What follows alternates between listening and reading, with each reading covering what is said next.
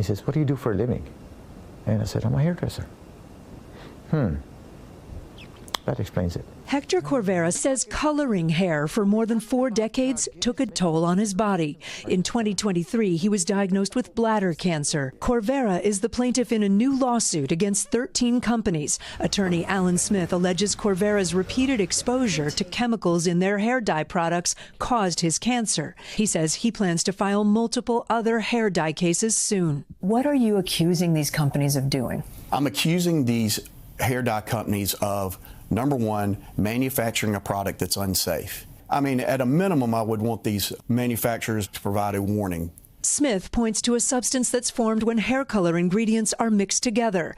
We spoke with a half-dozen researchers and doctors who say while there is not strong evidence of a link to cancer for clients who get their hair dyed, numerous studies have found a link between repeated work exposure and an increased risk for bladder cancer. The FDA says under the law, cosmetic products and ingredients generally do not need FDA pre-market approval, and notes the industry reformulated products after some hair dyes were found to cause cancer in lab animals in the 1980s. But the lawsuit alleges dyes are still dangerous.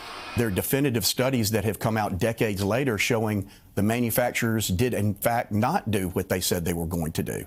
Are you alleging that the companies that make these products are misleading the FDA and the thousands of salons and workers and people who use these products? 100%. NBC News reached out to every company named in the lawsuit. One company, Coty, says they no longer make or sell hair dye products in the U.S., adding the claims against Coty are unsubstantiated and without merit.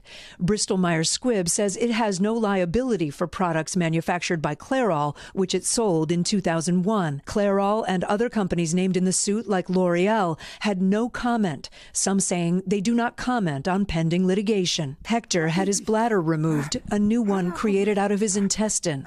What are you doing? He spends a lot of his time now caring for his grandson. I pray to God that give me some more time to see him grow. But I still have that thought in my mind that, this thing can come back. He says he'll never work in a salon again.